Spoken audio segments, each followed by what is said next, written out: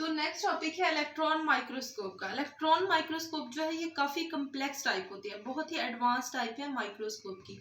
तो अगर हम इसकी रेजोल्यूशन पावर देखें तो इसकी कितनी होती है, 0.2 नैनोमीटर। नैनो का मतलब क्या होता है, 10⁻⁹, मतलब इतना ज़्यादा इसकी पावर है। ठीक है, तो अगर हम इसकी मैग्निफिकेशन पावर देखें तो वो कितनी होती है, 250,000 टाइम्स। ठीक है, 250,000 टाइम्स ग्रेटर होती है। ठीक है, इतने ज्यादा टाइम्स जो है वो इंक्रीज करके दिखाता है ऑब्जेक्ट्स को, हमारे सैंपल को। तो अगर हम कंपेयर करें इसको लाइट माइक्रोस्कोप से तो उसकी कितनी थी, उसकी 1500 थी। ठीक है, कि वो 1500 टाइम्स इनलार्ज करके दिखाता था। तो ये बहुत ही ज्यादा एडवांस है।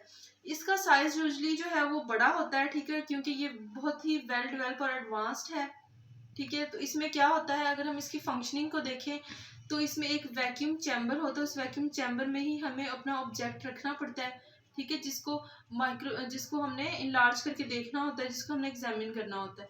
तो उस वैक्यूम चैम्बर में रखने के बाद क्या होता है कि बीम ऑफ इलेक्ट्रॉन जो है वो ट्रेवल करती है। ठीक है, तो वो रिफ्लेक्ट होती है, उससे जो है हमारा ऑब्जेक्ट उससे टकराने के बाद वो रिफ्लेक्ट करेगी और फिर वो एक इमेज बना देगी। ठीक है, और उस इमेज से हमें पता चलेगा कि जो हम ऑब्जेक्ट देख रहे थे वो हमें कैसा नजर आ रहा है।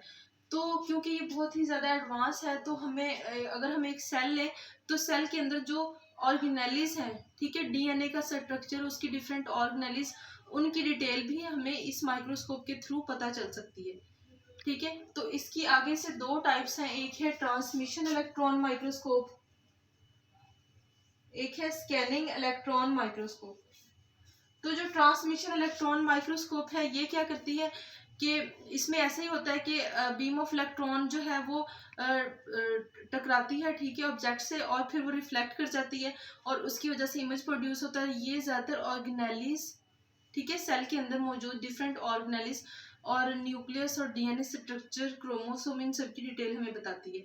जो स्कैनिंग इलेक्ट्रॉन माइक्रोस्कोप होती है इसमें क्या होता है कि इसमें एक कोटेड मेटल के थ्रू जो है वो उससे टकराने के बाद क्या होता है, उससे कोलिजन होने के बाद जो है वो इमेज की फॉर्मेशन होती है। ये ज़्यादातर सेल की जो सरफेस होती है, ठीक है, सेल की जो मेम्ब्रेन्स होती हैं उनके स्ट्रक्चर की डिटेल हमें बताती है। तो ये डिफरेंस हो गया ट्रांसमिशन और स्कैनिंग इलेक्ट्रॉन माइक्रोस्कोप का। ठीक है, और इसके अलावा हमें ये पता होना चाहिए कि जो इलेक्ट्रॉन माइक्रोस्कोप है ये सिर्फ और सिर्फ डेड सेल्स को ही जो है वो एनालाइज कर सकती है। जो लिविंग क्रिएचर्स हैं, ठीक है, उनके स्ट्रक्चर अगर हमने एनालाइज करने हो तो हम उनको नहीं देख सकते। क्यों नहीं देख सकते, क्योंकि लिविंग क्रिएचर्स को हम उस वैक्यूम चैम्बर में रखेंगे तो उसमें वो ऑक्सीजन फ्री होगा, उसमें एयर नहीं होगी, जिसकी वजह से वो डेड हो जाएगा। तो इसी वजह से हम इसमें लिविंग क्रिएचर्स को एनालाइज नहीं कर सकते। तो ये थी एक शॉर्ट सी डिटेल इलेक्ट्रॉन माइक्रोस्कोपी के बारे में। तो अगर आपने इसकी फुल डिटेल देखनी हो तो कनेक्टेड रहिए मेरे चैनल के साथ। मैं इस पे एक पूरा लेक्चर बनाऊंगी। ठीक है, थैंक यू।